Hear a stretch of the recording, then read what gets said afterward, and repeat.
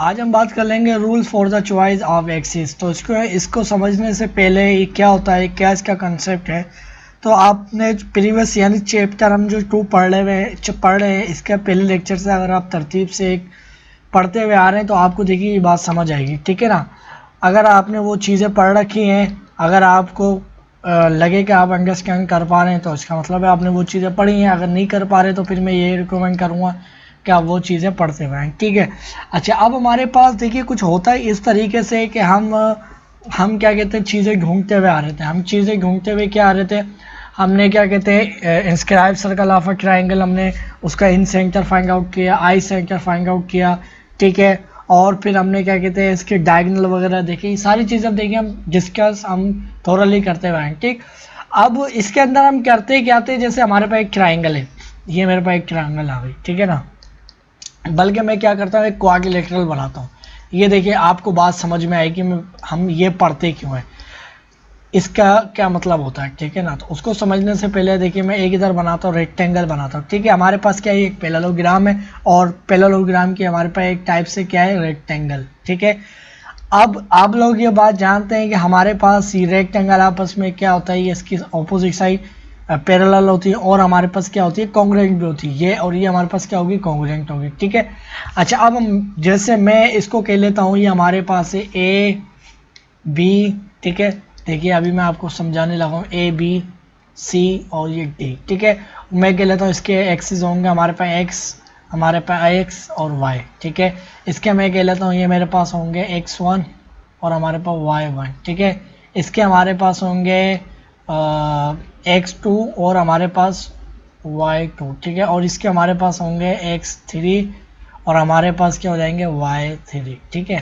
हम अपनी तरफ से क्या करते थे, नाम रख दिया करते थे, ठीक है। अब जैसे हमारे पास क्वेश्चन आए, वो कहे कि आप ये प्रूफ करो कि आपके पास जो रेक्टेंगल जो होता है उसकी जो अपोजिट साइड होती है ना वो कॉन्ग्रुएंट होती है, ठीक है।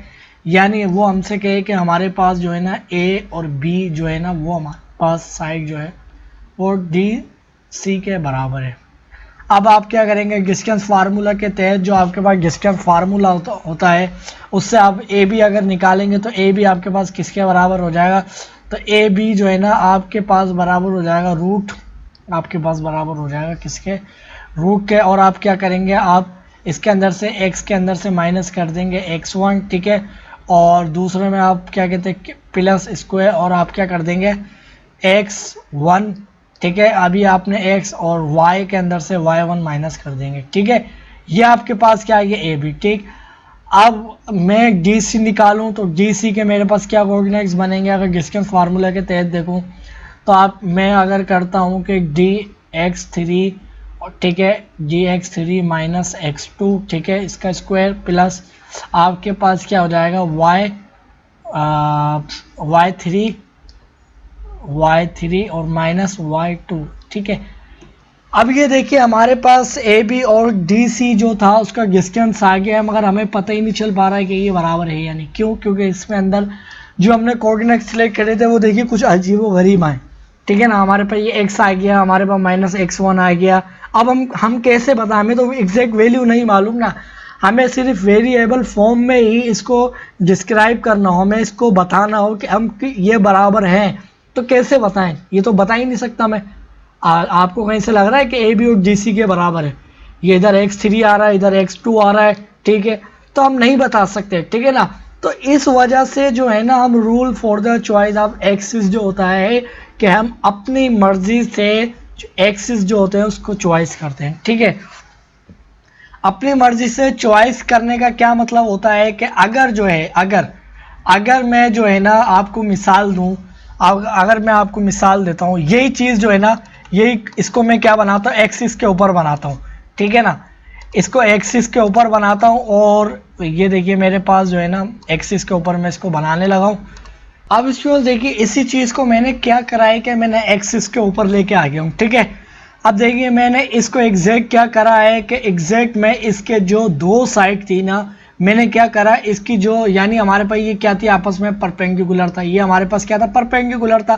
तो एग्जैक्ट मैं इस रेक्टेंगल जो था इसको मैं उठा के इस तरीके से लेके आ गया हूँ कि हमारे पास इसके दोनों एक्सिस पे इसकी दोनों साइड आ जाएंगे, ठीक है। परपेंडिकुलर था और हमारे पास ये रेक्टेंगुलर सिस्टम जो होता है ये भी आपस में टू म्यूचुअली परपेंडिकुलर लाइंस होती है, तो एग्जैक्टली इसके ऊपर आ सकता है, दो लाइनों के ऊपर।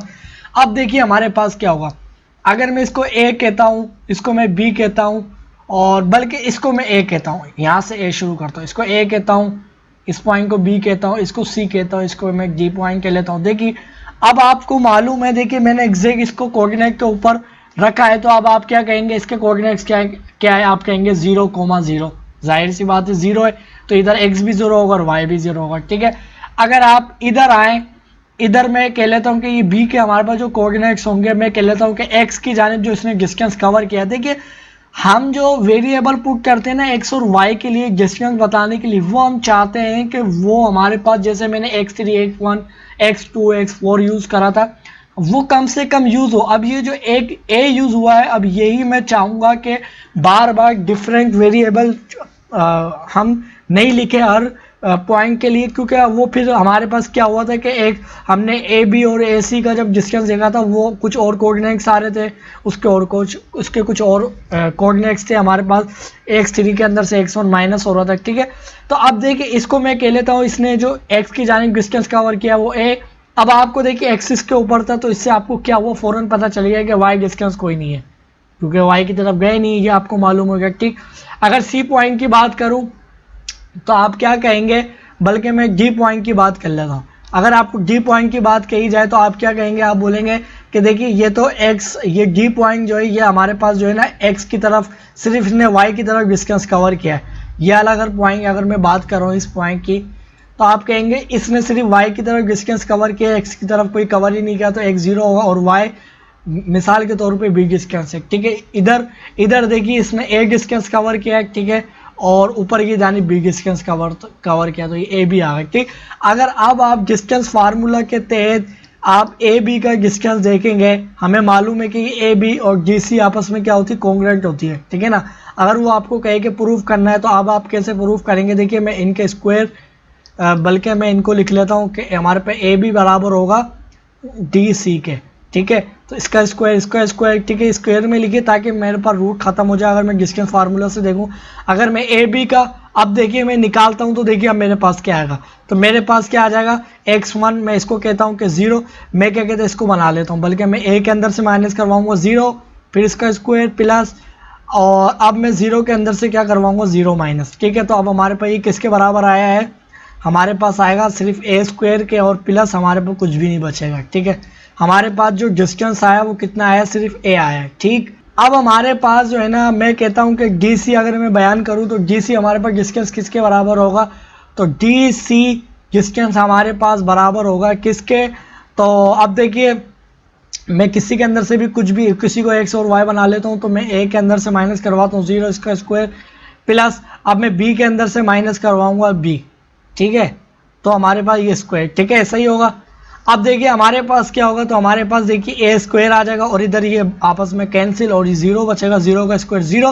तो अब देखिए हमारे पास जो डी सी की वैल्यू आई थी वही हमारे पास ए बी की वैल्यू है। तो अब हम कह सकते हैं कि हमारे पास जो है ना ए सी, अब हमारे पास जो ए बी है, अगर इसका मैं रूट लगाऊं, और अगर इसका भी अगर मैं रूट लगाऊं, इसका रूट लगा के ख़त्म करूं, तो हमारे पास ये ए आया है किसका, ए बी का, ठीक है ना। हमारे पास ए बी जो आया सिर्फ ए के बराबर आया है, और हमारे पास जो डी सी है वो भी ए के बराबर आया है। अब वो क्यों हुआ, क्योंकि हमने जो एक्सिस के ऊपर इस तरह से ये हमने रेक्टेंगल लिया, जिससे हमारे पास क्या हो गया कि वही जो वैल्यू थी, देखिए दो वैल्यू तो हमें मालूम हो गई, ये भी वैल्यू हमें मालूम हो गई, ये सारी वैल्यू हमें तकरीबन मालूम हो जाती है। हमें सिर्फ जो वेरिएबल पुट करने, 4 कोऑर्डिनेट्स थे, और वेरिएबल कितने यूज हुए, सिर्फ 2, एक ये वाला और एक ये वाला, बाकी हमारे पास क्या है, 0 है, इधर भी हमारे पास 0 आया है। क्यों आया ये 0 इधर, क्योंकि वो हमारे पास एक्सिस के ऊपर था, इसलिए आया है, ठीक है। तो अब आपको बात समझ में आ गई होगी, rules for the choice of axis हम क्यों यूज करते हैं, ठीक है। अब इसके अंदर होता ही है कि अगर मैं इसको इरेज करूं, अगर हमारे पास इसके रूल 1 की बात करूं, तो देखिए रूल 1 हमारे पास क्या कहता है कि अगर हमारे पास रूल वन ये कहता है कि अगर हमारे पास कोई ऐसी शेप की फिगर आ जाए जिसकी कम से कम, देखिए हम इसके अंदर जो भी हमारे पास फिगर आएगी ना, जो भी रेक्टेंगल हो, ट्रायंगल हो या कुछ भी हो, ठीक है। अब देखिए ये काम किधर आएगी, तो ये देखिए हम जब आगे प्रॉब्लम्स करेंगे उससे आपको बात समझ में आएगी, ठीक है। अब इसके आप रूल समझिए। रूल इसका वन ये कहता है कि अगर मैं अपनी तरफ से बात कहना चाहूँ तो वो ये है कि अगर हमारे पास कोई सी भी फिगर आ जाए तो उसकी जो साइड्स होती है ना, जैसे हमारे पास ये एक ट्राइंगल आ गई, ठीक है, हमारे पास रेक्टेंगल आ गया, स्क्वायर आ गया, कुछ भी आ गया, या हमारे पास एक पैरेललोग्राम आया, या हमारे पास कोई ट्रापेजियम आ गया, कुछ भी आ गया, तो हम ये चाहेंगे कि उसकी ज़्यादा से ज़्यादा साइड जो है ना, यानी वो एक्सिस के ऊपर आ जाए एग्जैक्ट, ठीक है। अब जैसे मिसाल के तौर पे अगर हमारे पास जैसे राइट एंगल ट्राइंगल होती है, अब हमें मालूम है कि इसकी जो दो साइडें आपस में क्या होती है, परपेंडिकुलर होती है। तो इसकी जो मैंने क्या कहा था कि हम जोन सी भी फिगर हो तो हम ये कोशिश करेंगे उसकी जो ज़्यादा से ज़्यादा जो साइड है ना, साइड्स जो होती है वो हमारे पास एक्सिस के ऊपर आ जाए। तो ये देखिए इसकी कितनी साइड आ सकती है, इसकी दो साइड आ सकती है, क्यों? क्योंकि ये हमारा आपस में क्या है, परपेंडिकुलर है। तो हमारे पास एक वाई के ऊपर आ जाएगी और हमारे पास एक एक्स के ऊपर आ जाएगी, ठीक है। तो अब हमें ये मालूम हो गई कि ये बात कि अगर हमारे पास एक राइट एंगल ट्राइंगल हो, ठीक है, ठीक है ना, कुछ इस तरीके से, तो हम कोशिश करेंगे कि उसकी जो दोनों साइड होगी वो कहाँ पर लेंगे, हम एक्सिस के ऊपर लेंगे, ठीक है। इसी तरीके से हमारे पास अगर मैं दूसरे कलर से शो करूं कि हमारे पास एक कोई रेक्टेंगल आ जाए, तो रेक्टेंगल की हमारे पास क्या होती है, साइड परपेंडिकुलर होती है। तो हम क्या करेंगे कि उसको एक्सिस के ऊपर लाने की कोशिश करेंगे एग्जैक्ट कुछ इस तरीके से, ठीक है। ये चीज़ हो गई, ठीक है। रूल वन बता रहा हूँ मैं, जो परपेंडिकुलर होगी हम कोशिश करेंगे कि परपेंडिकुलर साइड बिल्कुल एग्जैक्ट एक्सिस के ऊपर आ जाए, ठीक है।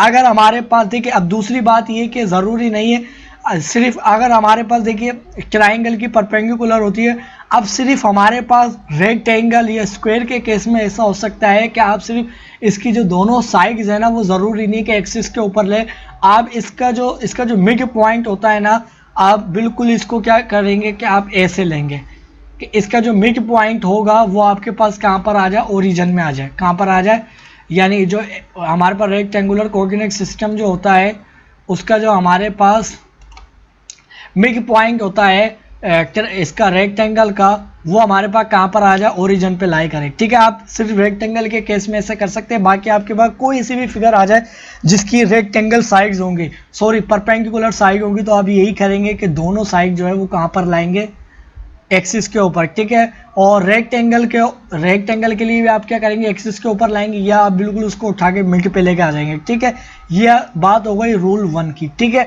अगर रूल टू की बात करें, ठीक है, जैसे मैंने अब रूल टू के अंदर हमारे पास क्या होगा, जैसे रूल वन के अंदर मैंने बताया कि हमारे पास कोई सी भी ऐसी फिगर आ जाए कि जिसकी हमारे पास परपेंडिकुलर साइड आ जाए, तो देखिए वो दोनों क्या हो जाएंगे, वो बिल्कुल एक्सिस के ऊपर ही आ जाएंगे, ठीक है, जैसे मैंने बताया। और मैंने बताया कि अगर सिर्फ रेक्टेंगल जो होगा हमारे पास, अगर रेक्टेंगल होता है कि हमारे पास, तो आप इसके दो जो सिर्फ रेक्टेंगल के केस में, तो इसका मिड पॉइंट आप ओरिजिन में ऐसे बना सकते हो, ठीक है। और सॉरी, ये रेक्टेंगल बनाना था मुझे ऐसे, ठीक है, इसका मिड पॉइंट ये सही नहीं बना, ये आगे बना है।